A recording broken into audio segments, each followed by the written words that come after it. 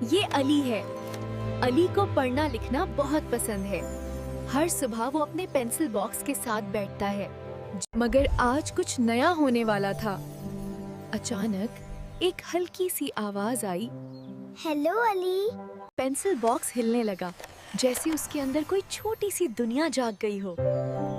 Hello علی، میں تمہاری pain. مجھے خوشی تب ہوتی ہے جب تم خوبصورتی سے لکھتے ہو، کیونکہ محنت ہمیشہ رنگ لاتی ہے۔ میں تمہاری غلطیاں مٹا سکتی ہوں، مگر بار بار نہیں، اس لیے دھیان سے کام کرو۔